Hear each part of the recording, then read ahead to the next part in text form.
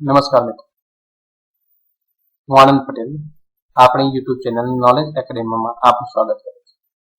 મિત્રો, આજે આપણે જોઈશું આઈટીઆઈમાં એનએસક્યુ ઓફ લેવલ 5 મુજબ વર્કશોપ કેલ્ક્યુલેશન એન્ડ સાયન્સના દ્વિતીય વર્ષનું એક ચેપ્ટર ઘર્ષણનો ભાગ 2. એમાં આપણે શીખીશું ઘર્ષણ સંબંધિત સાધન.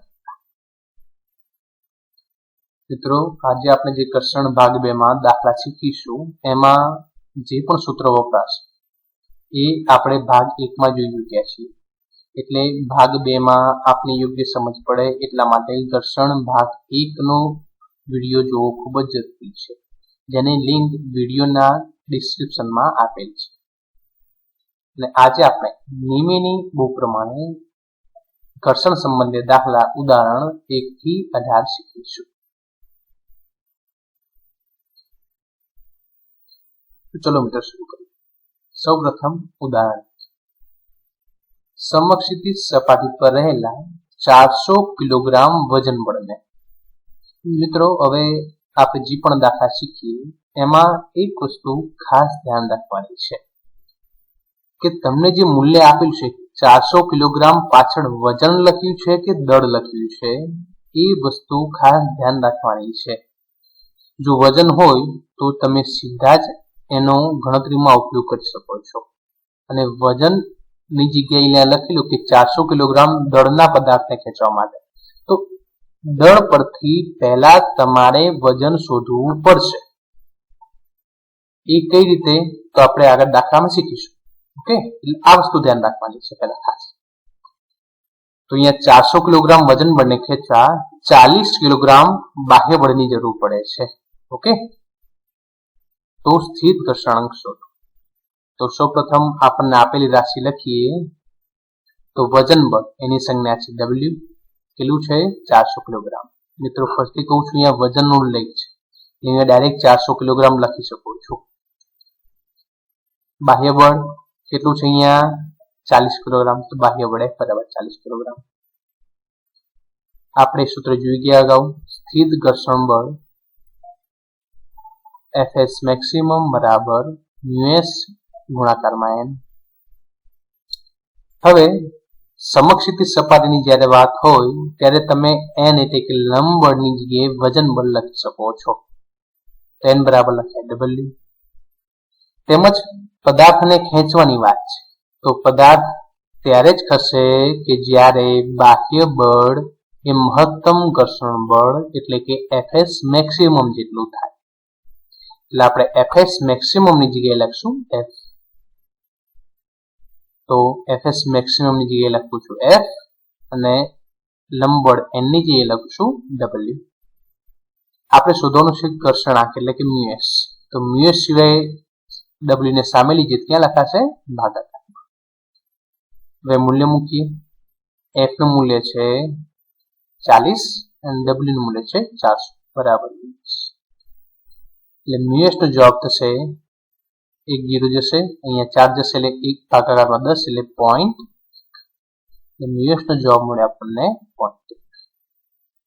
હવે 1 થી 18 દાખલા જે આપણે શીખવાના છીએ એમાં ઉદાહરણ 1 પ્રમાણે જ દાખલો છે, ઉદાહરણ 5, જેની તમારે સ્વ પ્રયત્ને ગણતરી કરવાની છે. મિત્રો, ગણતરી તો મેં આપેલી જ છે, પણ તમારે સમજવાનું છે. ખાલી ફક્ત મૂલ્ય અલગ છે. જો ગણતરી આગળ જે હતી એની એ જ રીતે ઉદાહરણ 7, એ જ રીતે ઉદાહરણ 8, એ જ રીતે ઉદાહરણ 9. ઉદાહરણ 1 મુજબ દરેકની ગણતરી છે. ચલો હવે આપણે બીજી રીતનો એક દાખલો જોઈએ. સમક્ષિતિજ ઘન સપાટી પર રહેલા 200 કિલોગ્રામ, અહીંયા શું છે? દળ. મેં તમને અગાઉ પણ કીધું કે વજન લખ્યું છે કે દળ એ ખાસ ધ્યાન રાખવાનું છે. તો 20 કિલોગ્રામ દળવાળા પદાર્થને ગતિ શરૂ કરાવવા માટે કેટલા બાહ્ય બળની જરૂર પડે? ઘર્ષણાંક કેટલો છે? 0.24. તો આપણને આપેલી ભૌતિક રાશિ, તો પહેલા તો ઘર્ષણાંક μs કેટલો છે? 0.24. આગળના દાખલામાં આપણે ઘર્ષણાંક શોધ્યું હતું, આપણને બાહ્ય બળ આપેલું હતું અને વજન બળ આપેલું હતું અને ઘર્ષણાંક શોધ્યો હતો. અહીંયા તમને વજન બળ આપેલું છે, ઘર્ષણાંક આપેલો છે અને બાહ્ય બળ શોધવાનું છે. ઓકે, તો મ્યુએસ નું મૂલ્ય 0.24. વજન બળ, જો અહીંયા વજન લખ્યું હોત 200 કિલોગ્રામ વજન, તો આપણે લખી દે ડાયરેક્ટ 20 કિલોગ્રામ, તો 20. અહીંયા દળ છે, તો દળમાંથી વજન શોધવું હોય તો સૂત્ર છે W બરાબર mg, જ્યાં m છે દળ અને g છે ગુરુત્વ પ્રવેગ. ચલો m નું મૂલ્ય લખીએ આપણે 20, ગુરુત્વ પ્રવેગનું મૂલ્ય છે 9.8, પરંતુ આપણે સાદી રીતે સરળતા માટે 9.8 ની જગ્યાએ લખશું અહીંયા 10. આ મિત્રો અચળ છે, ધ્યાન રાખજો. g નું મૂલ્ય કેટલું? 9.8 અથવા 10 લઈ શકો છો. 20 ગુણ્યા 10 એટલે જવાબ કેટલો થશે? 200 કિલોગ્રામ. એટલે આ વજન બળ મળ્યું આપણને. ઓકે, આ દળ હતું, આપણને વજન મળ્યું. હવે ગણતરી કરીએ સ્થિત ઘર્ષણ બળ. એનું સૂત્ર અગાઉ જોઈ ગયા આપણે, Fs બરાબર μs * n. સમક્ષિતિજ સપાટી માટે આપણને ખબર છે n બરાબર શું લખાય? W. તેમજ પદાર્થ ક્યારે ખસે? કે જ્યારે ઘર્ષણ બળનું મૂલ્ય કેટલું થાય? બાહ્ય બળ જેટલું. એટલે અહીંયા F ની S ની જગ્યાએ લખશું આપણે F, μs તો એમને એમ છે અને n ની જગ્યાએ લખશું W. મૂલ્ય મૂકીએ. μs નું મૂલ્ય કેટલું છે? 0.24 અને વજન બળ છે 200, તો 200 એટલે F નું મૂલ્ય થશે 200 ગુણ્યા 0.24 કરો એટલે જવાબ આવશે 4.8 કિલોગ્રામ, જે જરૂરી બાહ્ય બળ છે. હવે ઉદાહરણ 3 ની રીતે છે, અમુક ઉદાહરણ છે જે તમારે સ્વપ્રયત્ને સમજવાના છે. ગણતરી મેં આપેલી છે, પરંતુ તમારે ખાલી સમજવાના છે. ધારો કે ઉદાહરણ 10 ગણતરી જો એની જ ગણતરી છે, ત્યાં ખાલી મૂલ્ય અલગ અલગ છે, પણ ગણતરી તો F ની જ છે. ઉદાહરણ 3 મુજબ. અને એ જ રીતે ઉદાહરણ 15, ઉદાહરણ 3 પ્રમાણે ગણતરી છે.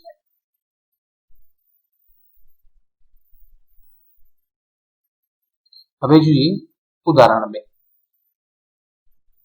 સમક્ષિતિજ સપાટી પર રહેલા 35 કિલોગ્રામ દળવાળા પદાર્થ નિયમિત ઝડપે ગતિ કરાવવા માટે 30 કિલોગ્રામ બાહ્ય બળની જરૂર પડે છે, તો ઘર્ષણાંક શોધો.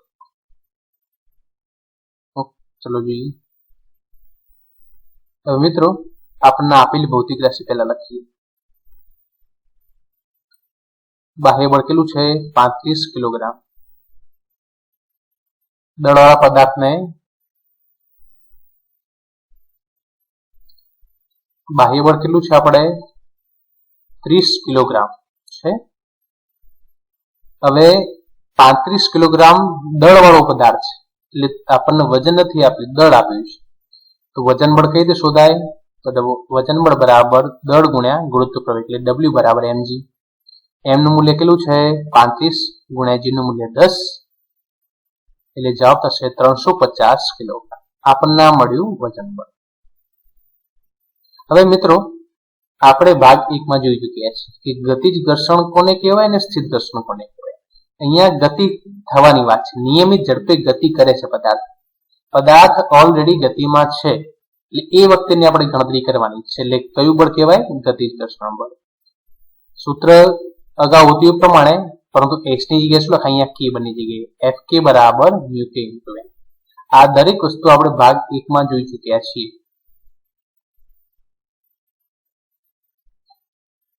સમક્ષિતિજ સપાટી માટે આપણને ખબર છે કે n બરાબર શું લખાય? W. પદાર્થ નિયમિત ઝડપે ગતિ કરે છે, એનો મતલબ કે ગતિજ ઘર્ષણ બળ એ બાહ્ય બળ જેટલું થવું જોઈએ. એટલે F ની જગ્યાએ લખશું આપણે F, μk એમને અને n ની જગ્યાએ શું લખાય? W. μk સિવાય દરેક મૂલ્ય સામે લઈ જઈએ.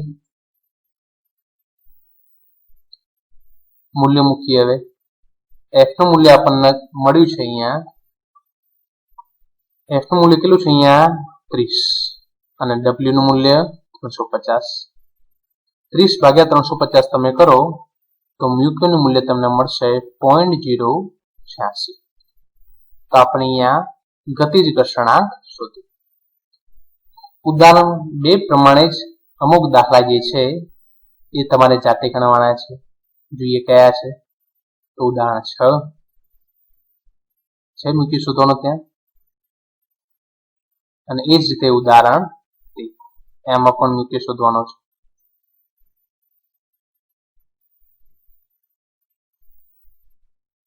ચલો હવે જોઈએ આપણે ઉદાહરણ 4. 14,500 કિલોગ્રામ ભારથી લદાયેલું ટેન્કર રોડ પર દોડી રહ્યું છે. જો ટેન્કરના ટાયર અને રોડ વચ્ચેનો ઘર્ષણ અંક 0.28 હોય તો ઘર્ષણ બળ શોધો. તો આપણે પહેલા જે આપેલું છે લખીએ. મ્યુ કે ઘર્ષણાંક. મિત્રો જ્યારે ગતિની વાત હોય ટેન્કર દોડે ત્યારે ગતિ જ આવે ઘર્ષણ બળ મ્યુ કે. સ્થિર હોય તો આવે એસ મ્યુ એસ. તો મ્યુ કે નું મૂલ્ય છે 0.28. વજન બળ આપણે શોધવાનું છે કારણ કે આપણને કિલોગ્રામ અહીંયા આપેલું છે દળ. તો એમ નું મૂલ્ય છે 14,500 ગુણ્યા જી નું મૂલ્ય 10, એટલે વજન થશે 1,45,000 કિલોગ્રામ. ગતિજ ઘર્ષણ બળનું સૂત્ર છે Fk બરાબર મ્યુ કે ઇન્ટુ n. સમક્ષિતિજ સપાટી માટે આપણે n ની જગ્યાએ લખશું વજન બળ, એટલે n ની જગ્યાએ લખીએ W. હવે મ્યુ કે નું મૂલ્ય આપણને આપેલું છે કેટલું છે 0.28 અને W નું મૂલ્ય 1,45,000. ગણતરી કરીએ બંનેની તો Fk નો જવાબ થશે 4,060 કિલોગ્રામ.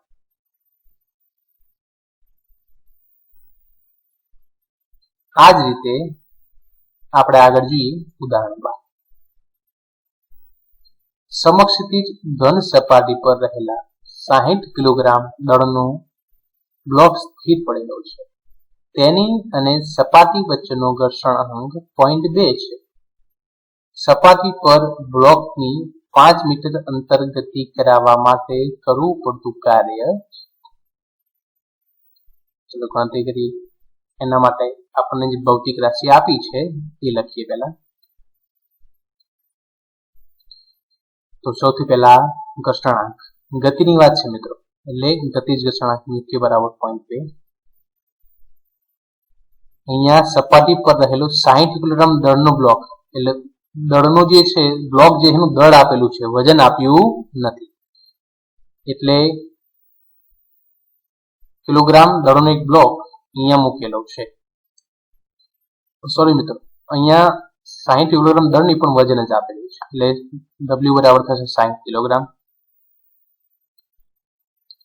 હવે ગણતરી કરીએ ઘર્ષણ બળની. મિત્રો અહીંયા સ્થિતની ભૂલથી અમે સ્થિત લખ્યું છે, અહીંયા ગતિજ ઘર્ષણ બળ આવશે. ગતિજ ઘર્ષણ બળ બરાબર શું થશે Fk બરાબર મ્યુ કે ઇન્ટુ n. સમક્ષિતિજ સપાટી માટે આપણને ખબર છે n બરાબર લખાય W. તેમજ પદાર્થ ગતિમાં હોય ત્યારે બાહ્ય બળ એ ગતિજ ઘર્ષણ બળ જેટલું થશે. હવે Fk બરાબર લખાશે F, અહીંયા મૂકીએ ને W. દરેકના મૂલ્ય લખીએ. હવે મ્યુ કે નું મૂલ્ય છે 0.2 અને n ની જગ્યાએ આપણે લખ્યું W અને W નું મૂલ્ય છે 60, એટલે F નું મૂલ્ય થશે 6 દુ 12, 1 પોઈન્ટ જાય એટલે 12 કિલોગ્રામ. ઓકે, એટલે આપણને જે બાહ્ય બળ જોઈએ છે મળી ગયું. આટલું બાહ્ય બળ લાગવું જોઈએ ગતિ માટે. હવે સપાટી પર બ્લોકની 5 મીટર અંતર ગતિ કરાવવા માટે કરવું પડતું કાર્ય પણ શોધવાનું છે. તો કાર્યનું સૂત્ર છે બળ ગુણ્યા સ્થાનાંતર.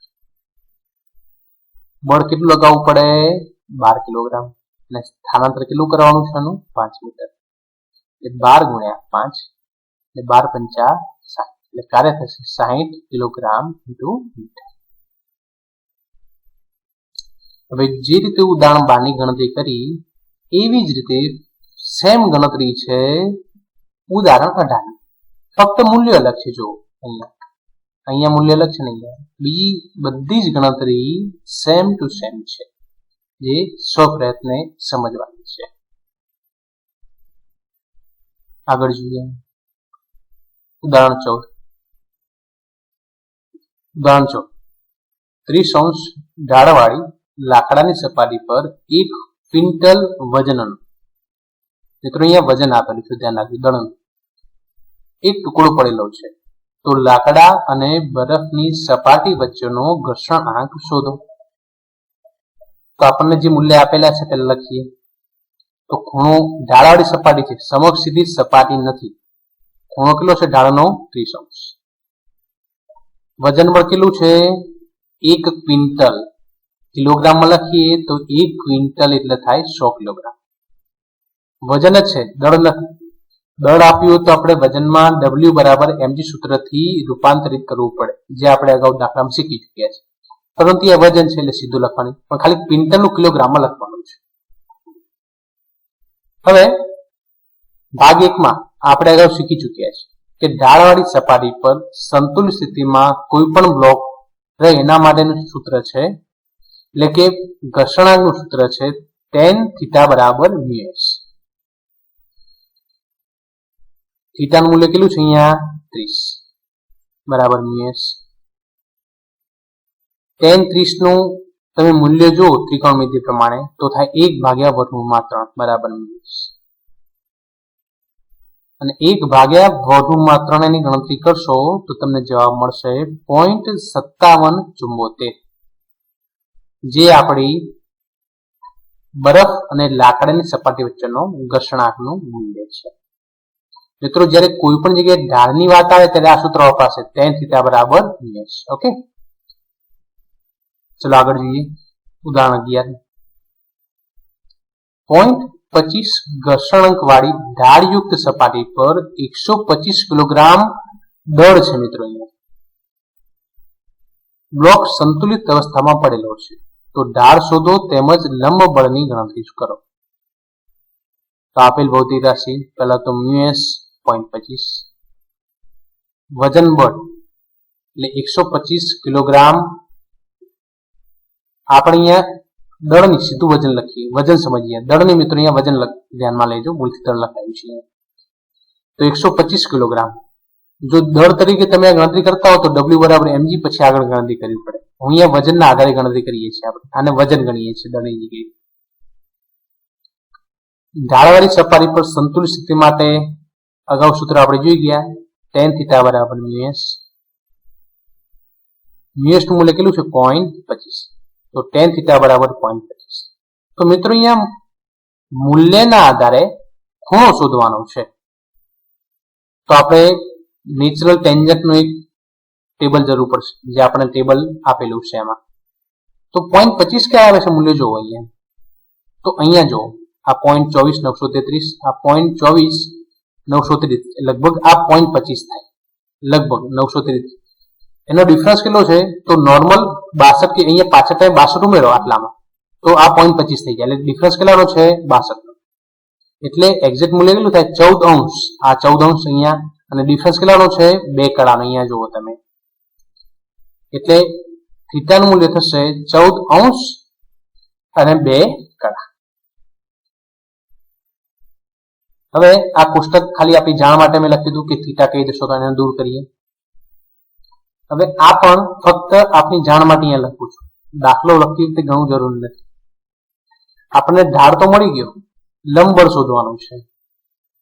ઢાળવાળી સપાટી પર લંબ બળ કઈ રીતે શોધાય? તો આપણે ભાગ 1 માં આ શીખી ગયા છે, બળની વહેંચણી કઈ રીતે થાય છે. તો અહીંયા તમે જોઈ શકો છો કે લંબ બળ n એની સામે શું છે? W cos θ. ઓકે, એટલે સંતુલિત સ્થિતિમાં લંબ બળની આપણે ગણતરી કરવી હોય તો n બરાબર શું લખાય? W cos θ. મિત્રો આ કઈ રીતે આવ્યું એના માટે મેં તમને હાલ આકૃતિ સમજાવી હતી.